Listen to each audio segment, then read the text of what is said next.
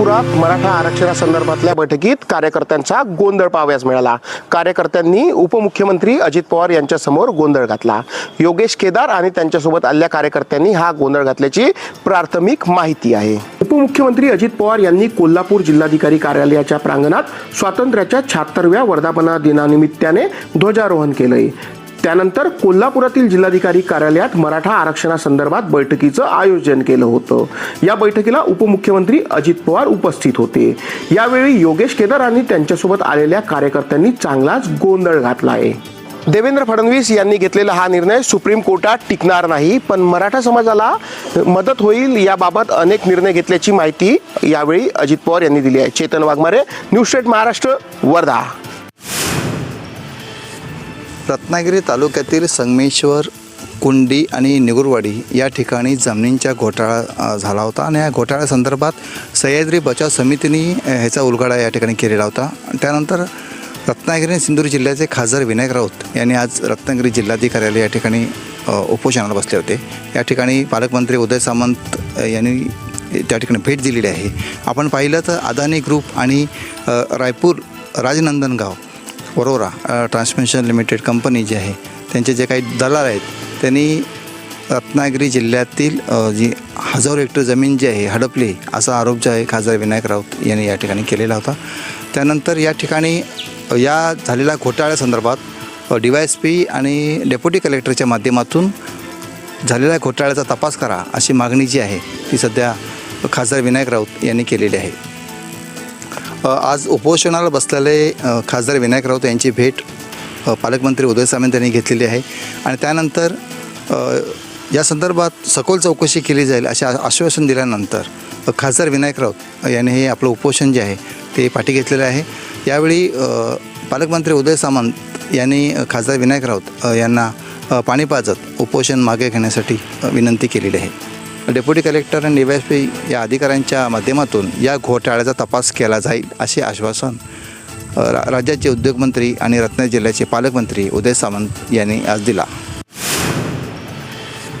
सर्व जाती, धर्म, पंथ यांना एकत्र सांभाळण्याचं काम आजपर्यंत केलेलं आहे, परंतु यामध्ये फूट पाडण्याचं काम सुरू आहे अशी खंत वाटत असल्याची प्रतिक्रिया आमदार प्रणिती शिंदे यांनी व्यक्त केली आहे। एकीकडे स्वातंत्र्य दिन साजरा होत असताना आपल्याच देशामध्ये एक राज्य जळत आहे, पण पंतप्रधान गप्प आहेत। त्या राज्याला आजपर्यंत भेट दिली नाही। पंतप्रधान कधीही वस्तुस्थितीवर कधीच बोलत नाहीत, ते फक्त TRPसाठी बोलतात, खोटेही बोलतात असा आरोपही यावेळी प्रणिती शिंदे यांनी केला आहे। देशात महागाई, बेरोजगारी, दीनदलित, अल्पसंख्याकांवर, महिलांवर अत्याचार वाढत आहेत। राजकीय स्वार्थासाठी जातीयवादी विचारधारेचे लोक या देशाला कीड लावण्याचे काम करत आहेत, याची खंत वाटत असल्याचेही आमदार प्रणिती शिंदे यांनी म्हटलं आहे। राहुलजी गांधी यांनी भारत जोडोच्या माध्यमातून सर्वसामान्यांना आणि जनतेला एकत्र केलं आहे। काँग्रेसची विचारधारा जोपर्यंत जिवंत आहे तोपर्यंत काहीही होणार नाही असा विश्वास यावेळी बोलताना आमदार प्रणिती शिंदे यांनी व्यक्त केला आहे। न्यूज स्टेट महाराष्ट्रासाठी विशाल भांगे, सोलापूर। महिनाभरापूर्वी इरसालवाडीतील दरड कोसळण्याच्या घटनेने संपूर्ण महाराष्ट्र हादरलं होतं, पण सरकार या गावकऱ्यांच्या पाठीशी ठामपणे उभं राहिलं आणि खालापूरच्या चौकात एक छोटंसं गावच उभं केलं आहे। सरकारकडून इरसालवाडी ग्रामस्थांना अन्न, वस्त्र, निवारा या सर्व सुविधा देण्यात आल्यात। मुख्यमंत्री एकनाथ शिंदे यांनी आज स्वातंत्र्य दिनानिमित्त या ठिकाणी असलेल्या निवारा केंद्राची पाहणी केली आहे। या दरम्यान एकनाथ शिंदे यांनी इरसालवाडीतील ग्रामस्थांशी संवादी साधला। 144 आपत्तीग्रस्तांना स्थलांतरित करण्यात आलं आहे। अनेक सरकारी योजना दिरंगाईमुळे पूर्ण होत नाहीत, पण एकनाथ शिंदे यांनी ही घोषणा केली की 6 महिन्याच्या आत घरं, अनाथांचं संगोपन आणि जे शिकलीत मुलं त्यांना नोकरी। आता पाहायचं की 6 महिन्यांनी घरं मिळत आहेत का आणि इरसालवाडीतील गावकऱ्यांना त्यांचं दिलेलं आश्वासन पूर्ण होत आहे का। व्हिडिओ जर्नलिस्ट सिद्धेश विलास आठवडे, न्यूज स्टेट महाराष्ट्र। काही दिवसापासून राष्ट्रवादी काँग्रेसचे अध्यक्ष शरद पवार आणि सरकारमध्ये सामील झालेल्या गटांचे प्रमुख अजित पवार यांच्या भेटीची जोरदार चर्चा चालू आहे। पुण्यात या दोघांची चोरडी या नावाच्या उद्योगपतीच्या घरी भेट झाली आहे। त्यावरून काँग्रेस आणि ठाकरे गटाकडूनही या संदर्भात वेळोवेळी नाराजी व्यक्त करण्यात आली आहे। आता काँग्रेसकडून शरद पवार शिवाय महाविकास आघाडीच्या प्लॅन B वर विचार चालू असल्याचं सांगितलं जात आहे। नाना पटोलेंनी या संदर्भात विचारणा केली असता थेट हायकमांडकडे बोट दाखवल्यामुळे अनेकांच्या भुवया उंचावल्या आहेत। सोनिया गांधी, राहुल गांधी, मल्लिकार्जुन खरगे आणि काँग्रेसमधील इतर वरिष्ठ नेते निर्णय घेतील असं नाना पटोले यांनी सांगितलं आहे. कुठल्या पक्षात काय चाललंय हा आमचा विषय नाहीये. त्या गटाचे प्रमुख म्हणून शरद पवार काय भूमिका घेतात तो त्यांचा प्रश्न आहे. त्यांच्यावर कुणी जबरदस्ती करायचं काही कारण नाही असंही यावेळी नाना पटोले यांनी म्हटलंय. Nilesh बंगाले, news state Maharashtra, Wardha. राष्ट्रवादीचे माजी मंत्री आणि मनी लॉन्ड्रिंग प्रकरणावर अटकेत असणाऱ्या नवाब मलिकांना नुकताच जामीन मंजूर झाला. सुप्रीम कोर्टानं प्रकृती अस्वास्थ्याच्या कारणावरून 2 महिन्यांचा जामीन नवाब मलिक यांना मंजूर केला खरा, मात्र आता नवाब मलिक नेमकं कोणत्या गटात जातील यावरून सध्या जोरदार चर्चा रंगत आहेत. काल सुप्रिया सुळे आणि शरद पवार यांच्याकडून त्यांची विचारपूस करण्यात आली.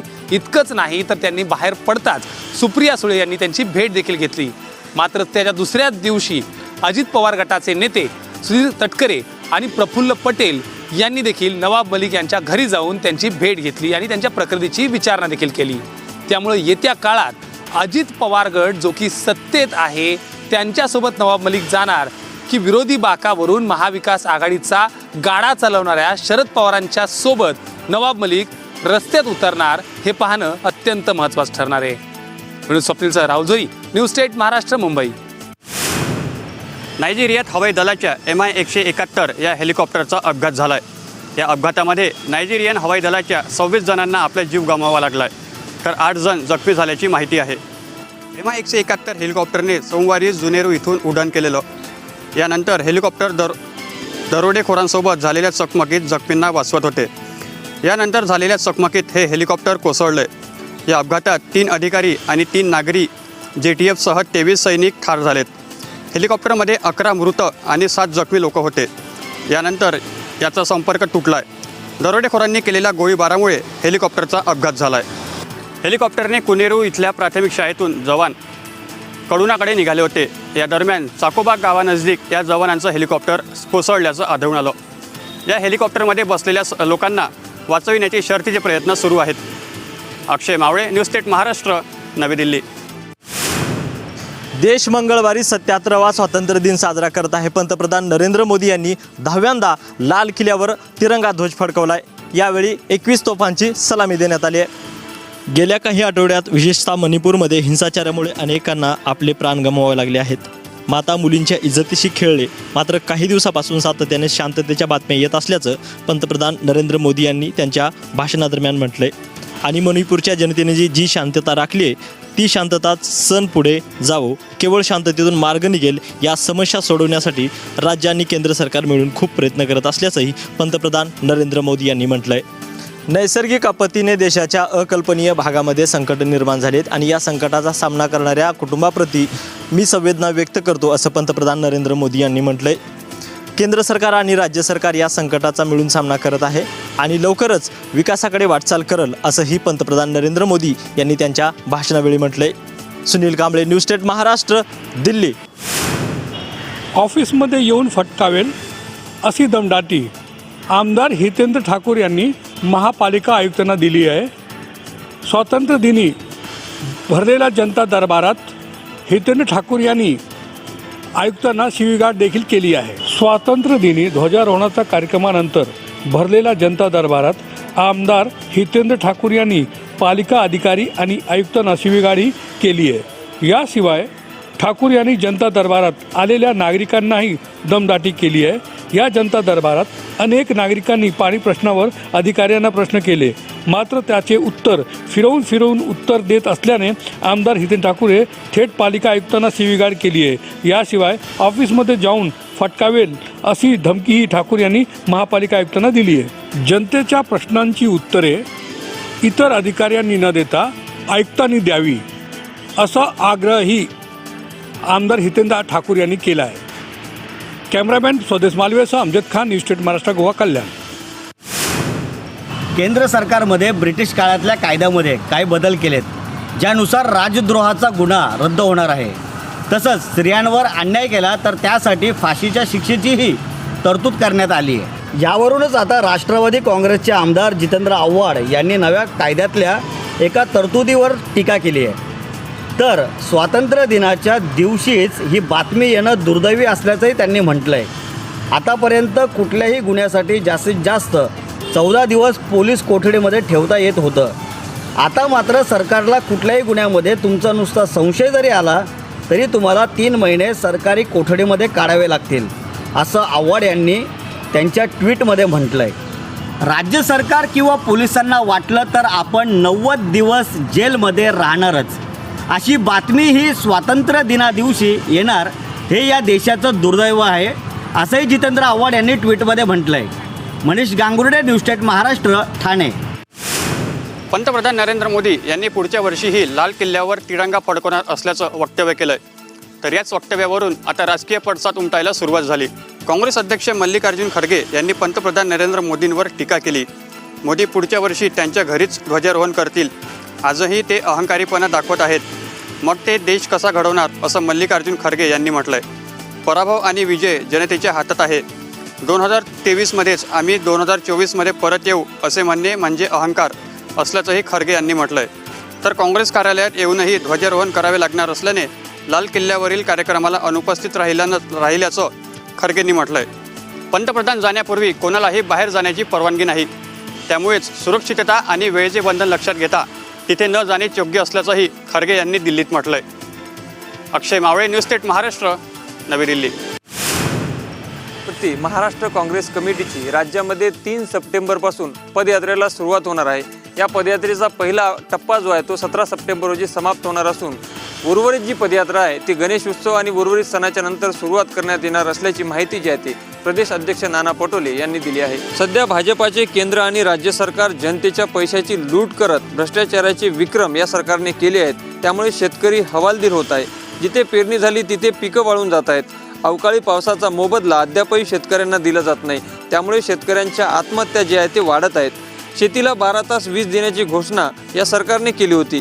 मात्र पाणी आहे पण वीज नाही अशी स्थिती असल्याने शेतीला पाणीही देता येत नाही, अशी माहिती नाना पटोले यांनी दिली आहे. नाना पटोले यांनी ठाण्यातील रुग्णालयात झालेल्या घटनेवरून चिंता व्यक्त करत राज्य सरकारवर आरोप केला आहे. एका रात्रीमध्ये 18 जणांचा मृत्यू होतो ही राज्य सरकारसाठी लाजिरवाणी बाब असल्याचंही नाना पटोले यांनी बोलताना सांगितलं आहे. कॅमेरामॅन विक्की चव्हाणसह ज्ञानेश्वर पवार, न्यूज स्टेट महाराष्ट्र. अजित पवार आणि शरद पवार यांची पुण्यातील गुप्त भेट चांगलीच चर्चेत आहे.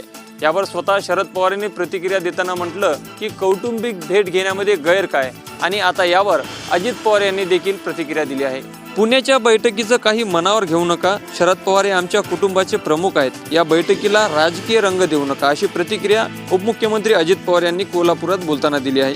मी बैठकीला गेलो हे मी मान्य करतो, पण चोरडिया यांच्या घरातून बाहेर पडलेल्या आणि धडकलेल्या गाडीत मी नव्हतोच, असंही अजित पवार यांनी म्हटलं आहे. मी कुठेही लपून गेलो नाही, तर चोरडिया यांचे आणि आमचे 2 पिढ्यांचे नाते आहेत. चोरडिया हे पवार साहेबांचे क्लासमेट देखील आहेत. त्यामुळे चोरडिया यांनी पवार साहेबांना जेवायला बोलावले होते. त्यावेळी जयंत पाटील देखील त्या ठिकाणी पवार साहेबांसोबत असल्याचंही अजित पवार यांनी म्हटलं आहे. 2 पिढ्या ओळखीच्या असणाऱ्या व्यक्तीच्या घरी जाणे यात काय चुकीचं, असा सवाल माध्यमांना अजित पवारांनी केला आहे. तर नात्याने शरद पवारांचं मी पुतण्या देखील आहे. त्यामुळे काही जण याला वेगळ्याच प्रकारची प्रसिद्धी देत असल्याचा आरोपही यावेळी अजित पवारांनी केला आहे. कॅमेरामॅन विकी चव्हाणसह ज्ञानेश्वर पवार, न्यूज स्टेट महाराष्ट्र.